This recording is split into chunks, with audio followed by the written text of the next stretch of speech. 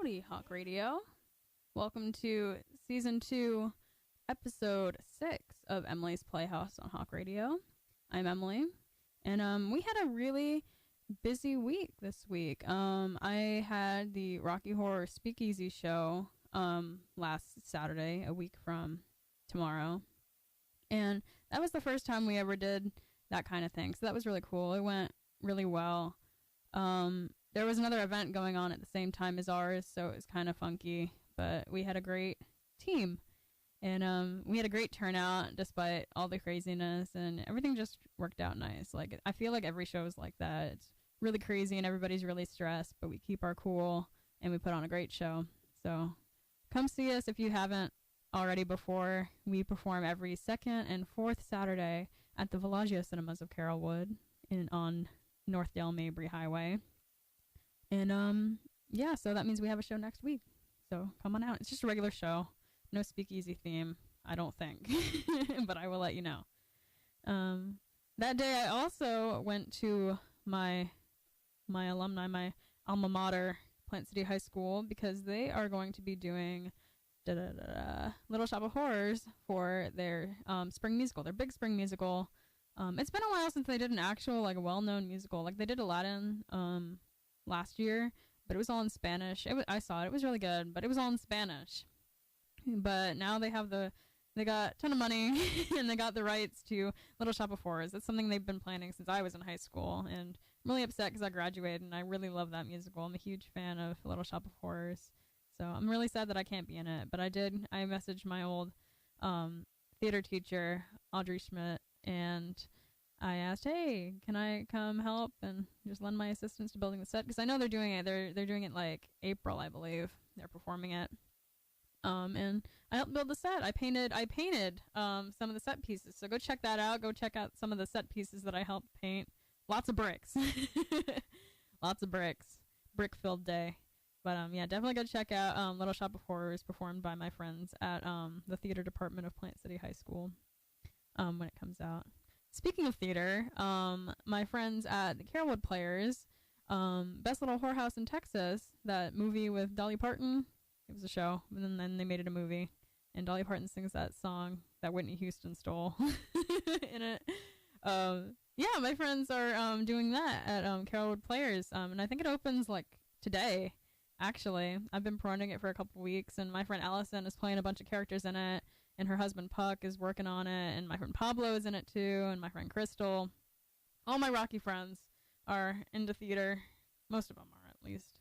But these Rocky castmates are in the show, and they've been working really hard. I keep seeing their posts on Facebook, so go check them out. I don't know the dates. Go check it out. But it opens tonight, at Carrollwood Players Theater in Carrollwood.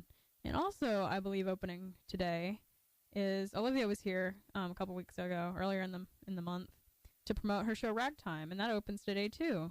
So pick one, pick both, go see it. Ragtime is playing at Plant City Entertainment in Plant City, so that's going to be a great show. I really hope I get to see both of them. What else happened this week? The Grammys were Sunday, and my favorite, Donald Glover, aka Childish Gambino, won Song of the Year for his song "This Is America." And it was so well deserved. Oh my God, that song came out a while ago now. But Song of the Year, man, Song of 2018.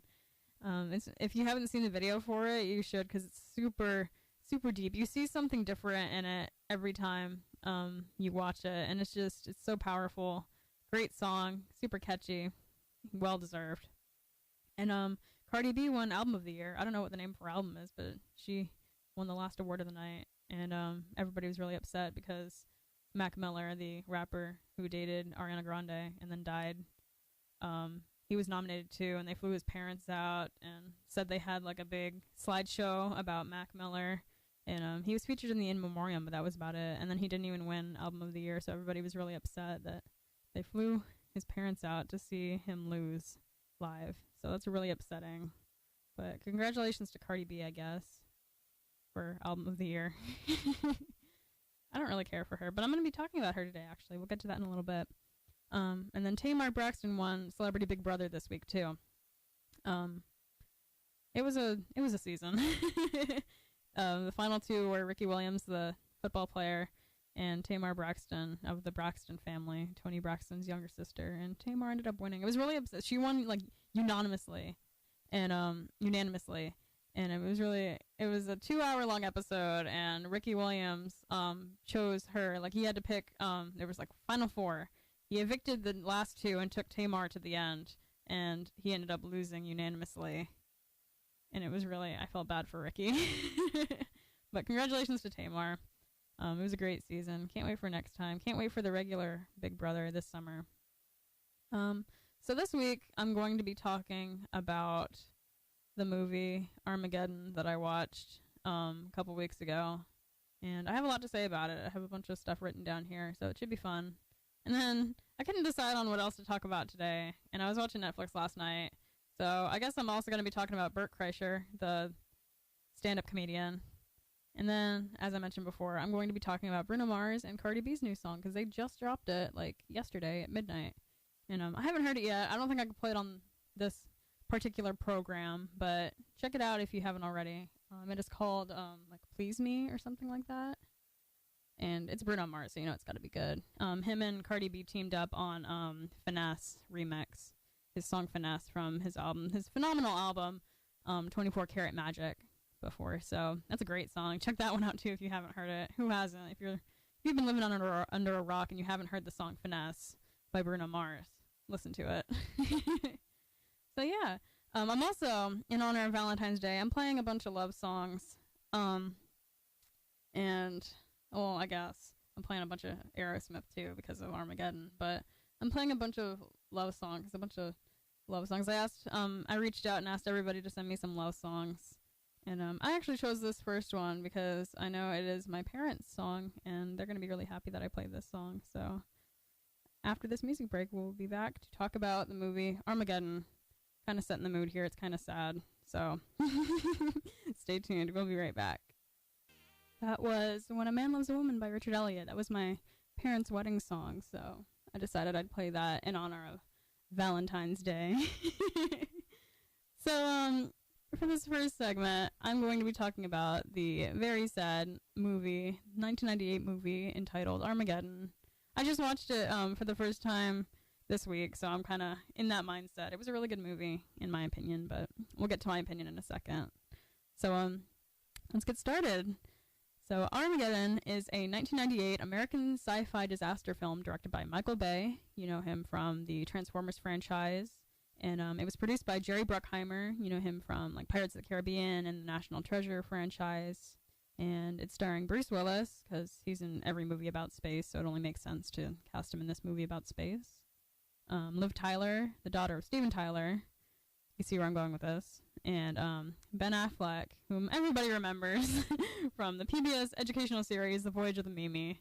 Fun fact about that, I watched that in elementary school, and it was like, oh my god, it's young Ben Affleck, and I had no idea who it was, but he was in that show.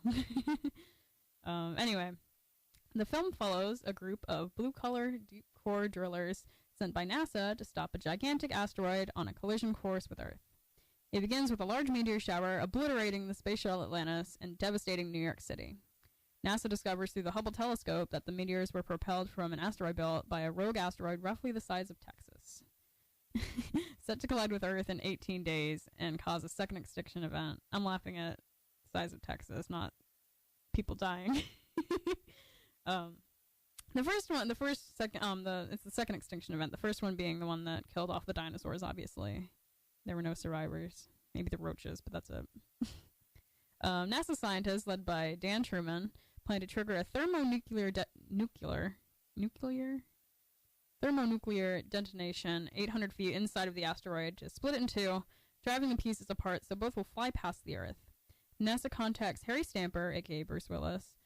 He's considered the best deep-sea oil driller in the world, for assistance, and Harry insists that he will need his full team, consisting of AJ Frost, Ben Affleck, Rockhound, played by Steve Buscemi, Max Leonard, played by Ken Campbell, Charles Chick Chapel, played by Will Patton, Bear, played by the late Michael Clark Duncan, we miss him, Freddie Noonan, played by Clark Brawley, and Oscar Choi, played by Owen Wilson, of course.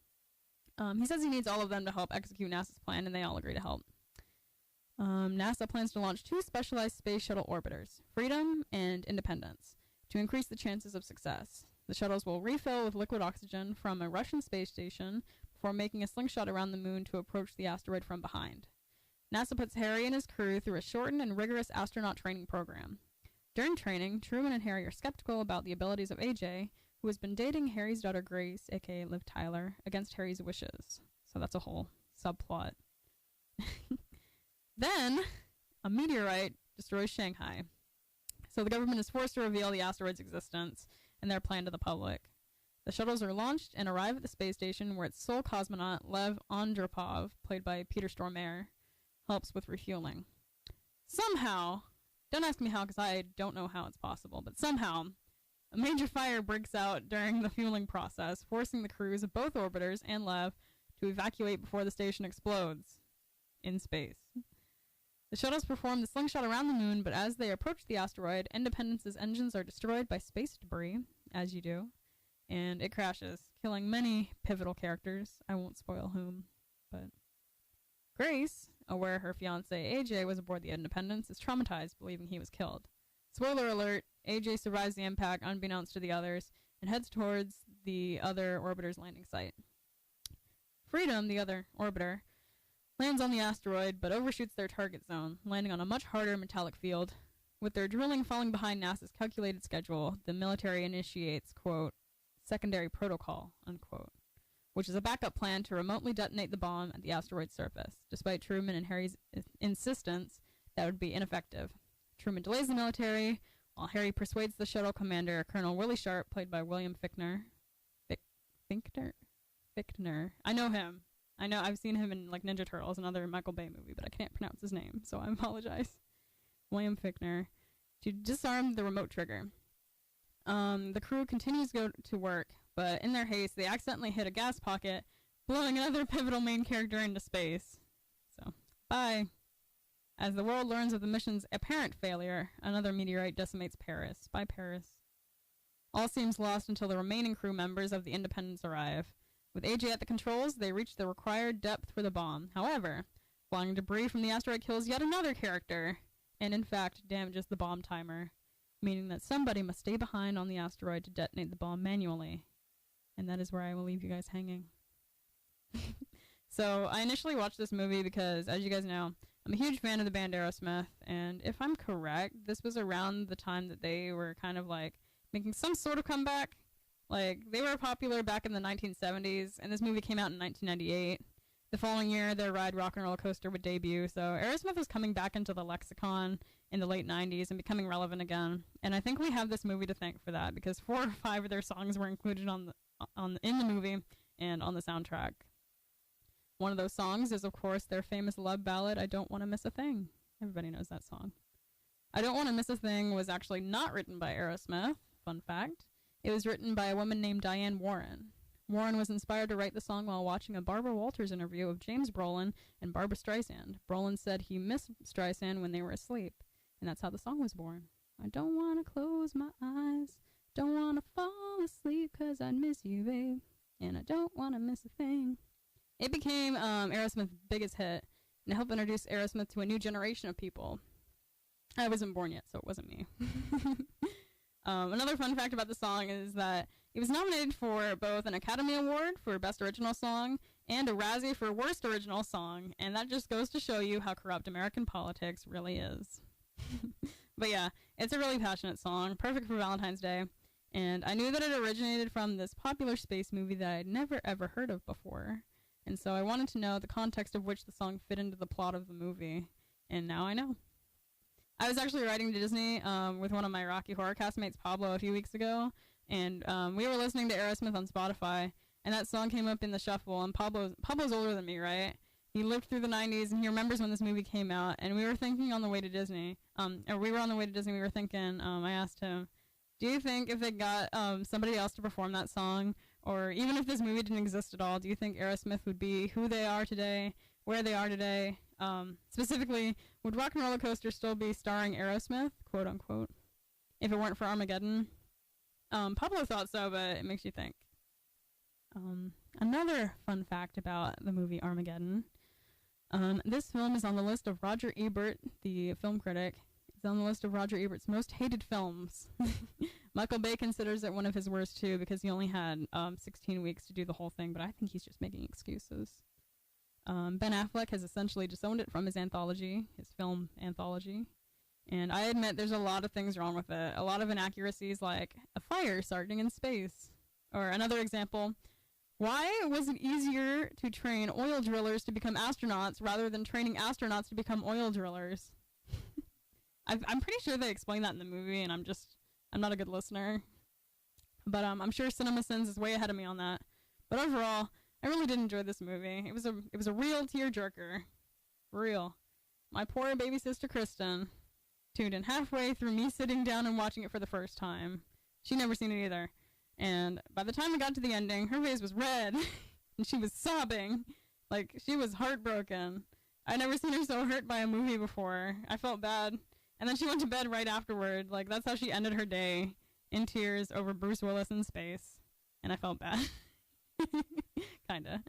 It really is the saddest movie I think I've ever seen. Just a fair warning for people who are into space and thinking about watching it. Lots of deaths. Fictional, but still.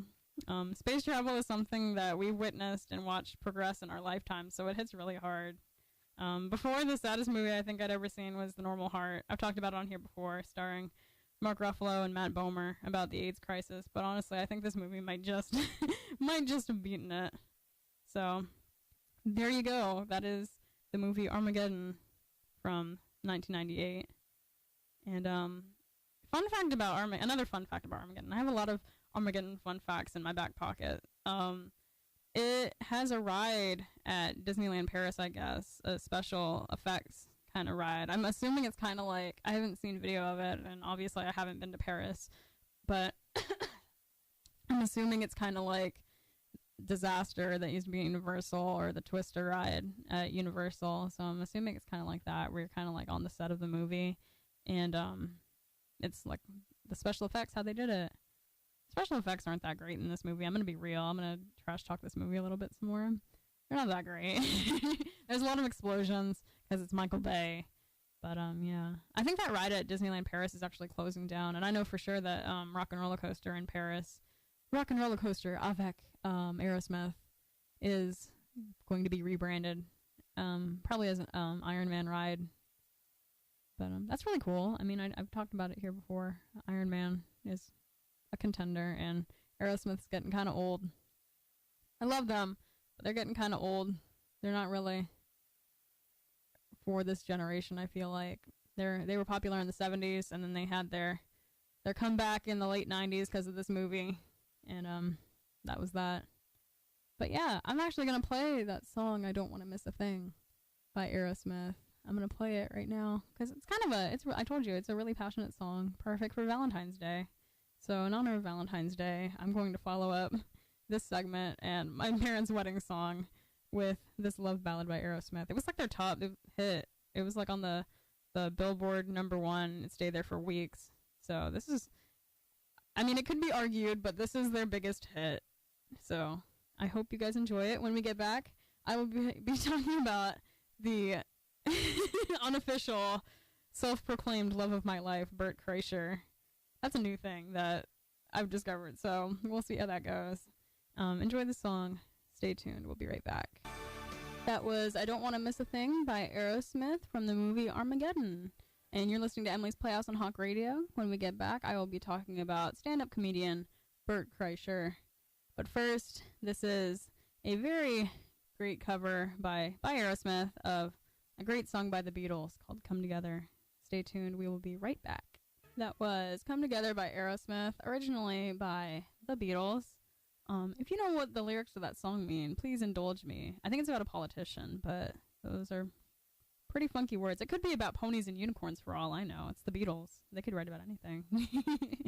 Anyway, real quick, I forgot to mention in the beginning, I was on Snapchat and I saw they have a Kim Possible Snapchat filter, because the live-action Kim Possible remake airs tonight on Disney Channel. Yay!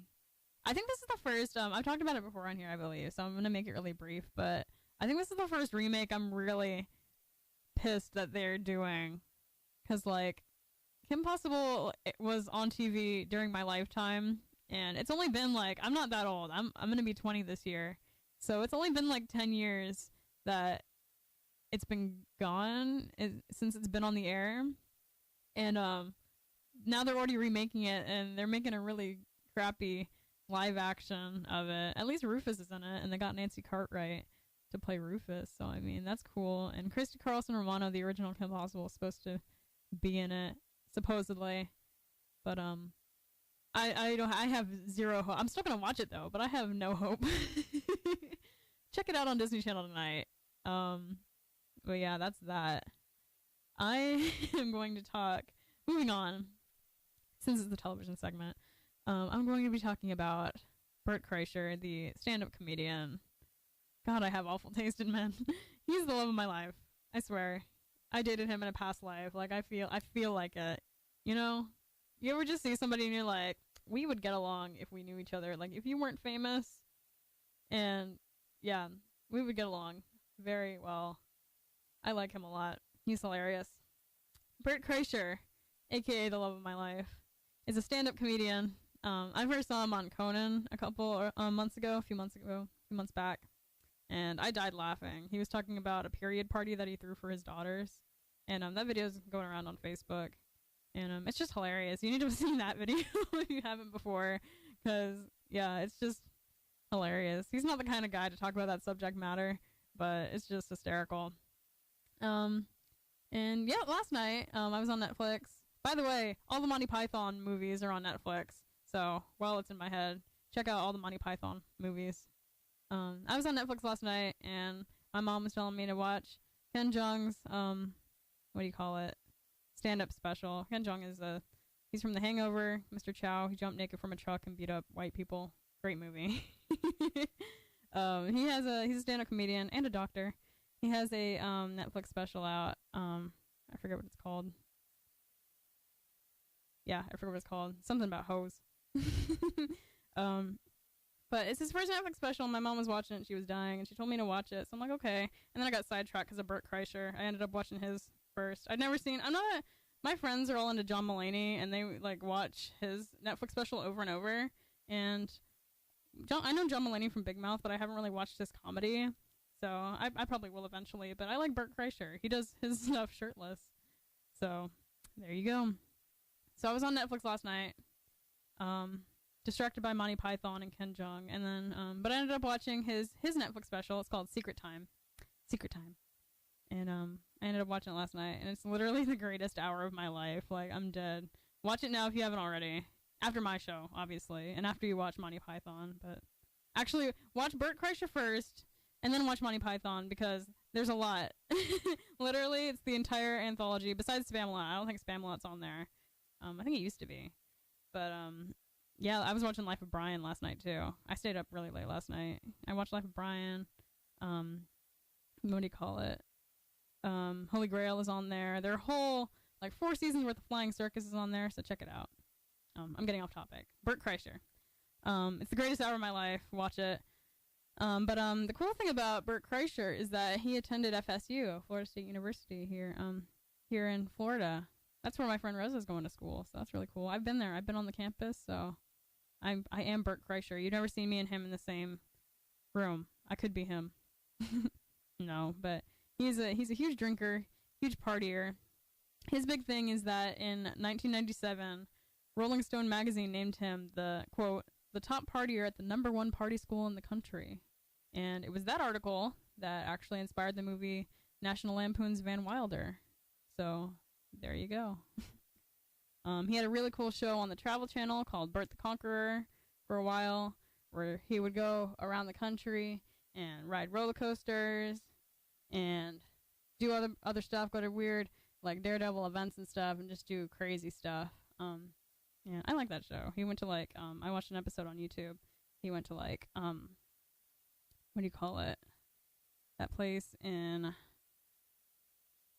Knott's Berry Farm. Was it Six Flags? I watched an episode where he went to Six Flags, but he went to the one with Millennium Force and what do you call it? The tallest roller coaster ever. And he rode the four biggest, fastest roller coasters in like under an hour, and he got a t-shirt. So proud of him. He's great. What else? Bert the Conqueror. He also has a podcast called Bertcast. So check that out. Hit him up. Creds, fellow podcaster. What else did he do? And he does stand up, obviously. Where is that? There it is. He does stand up. He's known for performing stand-up comedy while shirtless. He's also known for his storytelling. His most popular story is about how he earned the nickname The Machine. Bert the Machine. And this particular story revolves around how he inadvertently helped the Russian mafia rob a train while on a college trip to Russia. If you have an extra 15, if you have an extra, 12 to 15 minutes, that video is still going around Facebook, and, that's probably the greatest story ever told.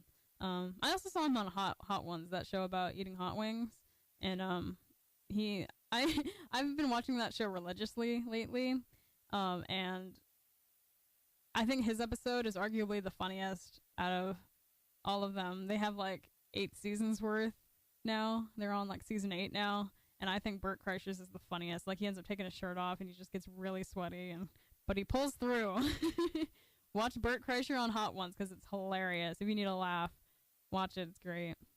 But, he performs stand-up comedy while shirtless, and, come on. And he's the machine. That Russian mafia story is, again, probably the greatest story ever told. So it's a trip, and it's going around Facebook. So if you haven't seen it already, pull it up if you have a extra 12 to 15 minutes, because it's a trip, it's a story, and it needs to be heard by everybody because it's great. Even if you're not into stand-up comedy, just check it out because he's a great storyteller. He cracks me up. And watch his special on Netflix, Secret Time. It's not even an hour. It's 57 minutes maybe. It goes by super fast. And he talks about how he's awful as a dad. He has 2 kids, 2 girls, and a wife. And yeah, so he just talks about him as a dad and his family and all that stuff. And it's hilarious. So check it out. Bert Kreischer's Secret Time. But yeah, continuing on with our love song motif going on the show today. This is a song that I really like. This is the what do you call it? The pinnacle of love songs. When I think of love songs, somebody's like, "Hey, love songs." This is the song I think of.